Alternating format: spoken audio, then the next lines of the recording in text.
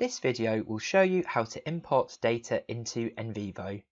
The items that I wish to bring into my project are stored in the Files folder. In the previous lesson, when setting up the project design, I created folders to organise the different types of data that I have in my project. I can bring multiple documents into my project. In this case, I'll bring in some interview transcripts. I will click on the Interviews folder and then come over here to the open space, right click and choose Import Items.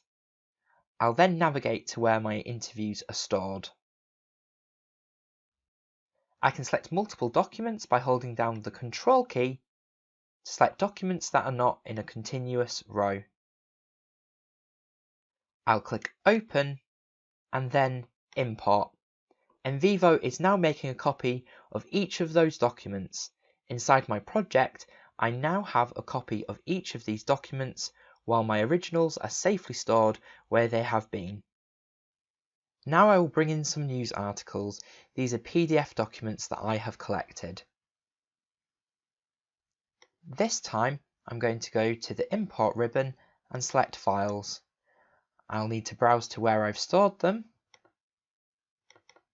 select them, click Open and then Import. If I double click on one of the icons here, I can open the document and see the full text here in detailed view. I can also have multiple documents open at the same time and use the tabs to move between the documents. To close an item, I simply click this cross, or I can close everything that's open in detailed view by right-clicking on one of the tabs at the top of detailed view and choosing Close All. A handy tip to know.